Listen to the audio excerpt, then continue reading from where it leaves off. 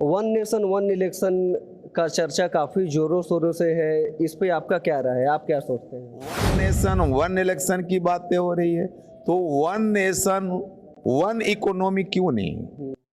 सभी राज्यों की आमदनी एक हो, सभी राज्यों में जो हालात है वह बिहार के अंदर भी हो, ये हम लोग चाहते हैं। सदन में राज्यसभा में जो है महिला को 30% आरक्षण मिले, 30% उनकी भागीदारी हो, इस पे क्या सोचते हैं? तो जातीय जनगणना का विरोध करने वाला ही हमको लगता है कि अगर कुछ नेता हैं वही महिलाओं के आरक्षण के खिलाफ भी हैं। विधानसभा चुनाव हो चाहे लोकसभा चुनाव हो, उसमें कई जिले की या कई ऐसे सीटें होती है जो कई सालों तक रिजर्व रह जाती है। तो क्या मानते हैं कि सीटें रिजर्व रहने से क्या जिस कोटे से भी वो सीटें आरक्षित है उस कोटे के लोगों को फायदा हो रहा है या हुआ है या आगे होगा? वन नेशन वन इलेक्शन को लेकर जहां बीजेपी काफी मूड में दिख रही है, वहीं विपक्षी दल इसका विरोध कर रहे हैं। और इसी सब मुद्दे पे बात करने के लिए आज हमारे साथ बिहार राज्य अनुसूचित जाति आयोग के अध्यक्ष एवं हरसिद्धि के पूर्व विधायक राजेंद्र राम जी है। आज इनसे बात करेंगे। और एक और मुद्दा है महिला आरक्षण का, जो मुद्दा है उस पर भी बात करेंगे। वो भी काफी मामले में है और एक करीब वर्षों पुराना मामला है। इसके बारे में बता देते हैं कि सांसद भवन में और राजभवन में महिलाओं को 30% आरक्षण भी देना है, लेकिन ये अभी तक बिल पास नहीं हो पाया है। ये सब पे भी बात करेंगे। सबसे पहले हमारे चैनल पर स्वागत है। धन्यवाद आपको, आपके चैनल को भी। वन नेशन वन इलेक्शन का चर्चा काफी जोरों शोरों से है, इस पे आपका क्या राय है, आप क्या सोचते हैं? वन नेशन वन इलेक्शन, निश्चित तौर पर यह देश जब खर्चे में कमी की बात आती है तो इसलिए भी देश के लोग उसे सराहने का प्रयास करते हैं, परंतु देश के अंदर सभी राज्यों की इकोनॉमी एक तरह होनी चाहिए जब वन नेशन वन इलेक्शन की बातें आती है। और देश के अंदर इंटरनल जो स्थिति है, चाहे वह महंगाई की मुद्दा हो, बेरोजगारी की बातें हो, किसान की बातें हो या फिर मजदूरों की हालात हो, इन तमाम चीज़ों को देखने के बाद पहले इस देश के अंदर आर्थिक स्थिति कैसे सुदृढ़ होगी, बेरोजगारों की रोजगार कैसे मिलेगी, या फिर किसानों की आमदनी कैसे बढ़ेगी, और इस देश की स्वास्थ्य और शिक्षा बेहतर कैसे होगा, किसी भी सरकार को इस पर पहले गंभीरता से चिंतन करना चाहिए। और मुझे लगता है कि राज्य सरकार हो या केंद्र सरकार हो, देश के अंदर जो माली हालत है उस पर पहले विमर्श हो और विमर्श कर देश के अंदर युवाओं को रोजगार और माली हालत की स्थिति पहले सुधार करने की ज़रूरत है, न कि कुछ वैसे मुद्दे को ला करके सिर्फ वोट की बात करे राज्य सरकार हो या केंद्र सरकार हो।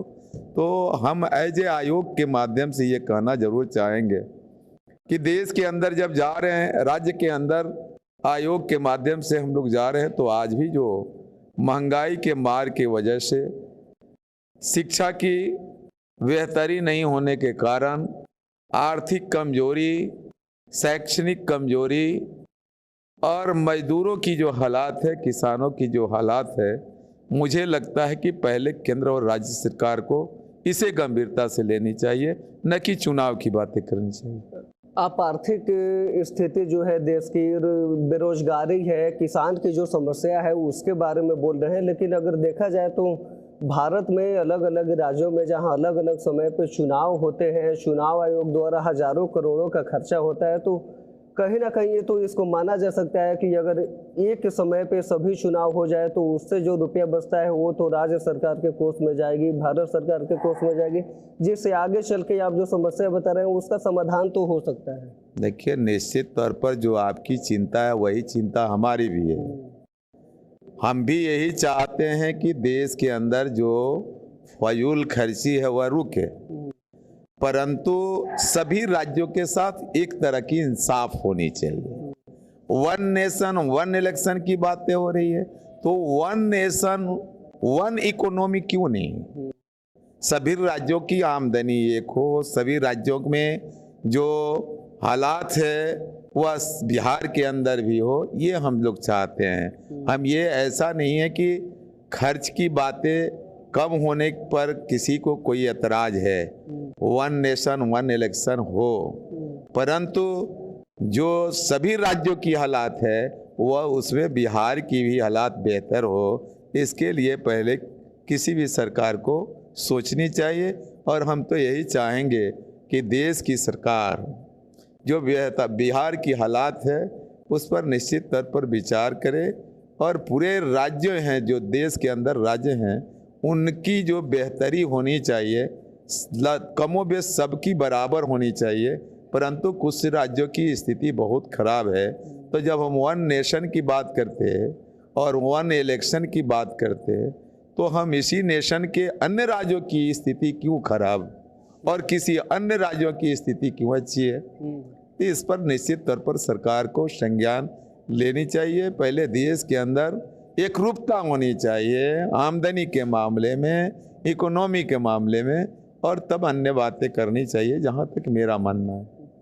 एक और मामला चल रहा है, महिला आरक्षण बिल जो है उसको लेके काफ़ी वर्षों पुराना मामला है, जिसमें यूपीए सरकार भी प्रयास की उसको पास कराने के लिए, संसद से वो पास नहीं हो पाया। अभी मोदी सरकार भी चाह रही है, और के कविता भी एक महिला नेत्री है, वो भी धरने पे बैठी हुई थी दिल्ली में एक दिन के लिए कि सदन में, राज्यसभा में जो है महिला को 30% आरक्षण मिले, 30% उनकी भागीदारी हो। इस पे क्या सोचते हैं? देखिए, निश्चित तौर पर जनसंख्या के अनुरूप आरक्षण होना चाहिए। इसीलिए शायद मुझे लगता है कि जातीय जनगणना की मांग कुछ नेताओं के द्वारा की गई। जातीय जनगणना अगर हो जाए तो मुझे लगता है कि जिसकी जितनी भागीदारी उसकी उतनी हिस्सेदारी।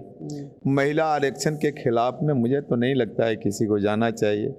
महिला ने हमारे देश के लिए हमेशा बेहतरी के लिए काम करती हैं, उनके भी स्थिति में सुधार अमूल चुप होना चाहिए। परंतु मेरा अपना मानना है कि देश के अंदर जो जातीय जनगणना की सवाल पर कुछ एक लोग विरोध में बोला, उन्हें निश्चित तौर पर यह सोचना चाहिए कि जब मैं गांवों के अंदर जाता हूं आयोग के माध्यम से, आज भी सड़क पर भीख मांगने वाले कौन हैं, या सब्जी ठेले पर बेचने वाले कौन हैं, मैला ढोलने वाला कौन है, कौन ऐसे लोग हैं कि आज भी सड़क पर मजबूर हैं सड़क के किनारे घर बना करके रहने के लिए, तिरपाल टांग करके रहने के लिए, कौन किसान की स्थिति जी रहे हैं, कौन मजदूरी ज़्यादा कर रहे हैं। अगर जातीय जनगणना हो तो यह स्पष्ट हो जाएगा कि किस जाति की क्या स्थिति है और उनके हिस्से में कौन सा विशेष पैकेज ला करके उनकी स्थिति को सुधारा जा सकता है। तो महिलाओं के आरक्षण के खिलाफ हम लोग पहले भी नहीं रहे, और ख़ास करके मेरी अपनी विचार है कि निश्चित तौर पर मिलनी चाहिए, परंतु जिसकी जितनी जनसंख्या है, जनसंख्या के आधार पर, और जनसंख्या की बातें तब हो सकती है जब जातीय जनगणना हो जाए। तो जातीय जनगणना का विरोध करने वाला ही हमको लगता है कि अगर कुछ नेता हैं वही महिलाओं के आरक्षण के खिलाफ भी हैं, क्योंकि जातीय जनगणना जब स्पष्ट हो जाएगा तो सभी महिलाओं को भी आरक्षण मिल जाएगी, और जो अभी वंचित है, जो वंचित हैं, उनको भी आरक्षण से लाभ हो जाएगा। इसलिए निश्चित तौर पर जातीय जनगणना के आधार पर सबको आरक्षण मिले, और महिलाओं को तो मिले ही, हम लोग चाहते भी हैं।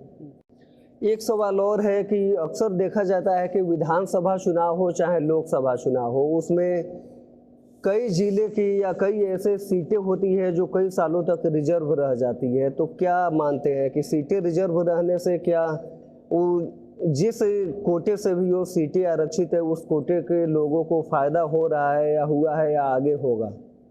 देखिए, आरक्षण का जहाँ तक सवाल है, आप कई साल तक कह रहे हैं, आरक्षण के पक्ष में कौन है? हम भी नहीं आरक्षण के पक्ष में, परंतु क्यों है? आरक्षण की आखिर आवश्यकता क्यों पड़ रही है? जब सामाजिक रूप से, आर्थिक रूप से, शैक्षणिक रूप से एकरूपता हो जाएगी तो फिर आरक्षण की क्या जरूरत है? परंतु किन लोगों के कारण और किस वजह से आज भी सामाजिक विषमता, आर्थिक विषमता, शैक्षणिक विषमता बना हुआ है देश के अंदर, तब आरक्षण की जरूरत पड़ रही है।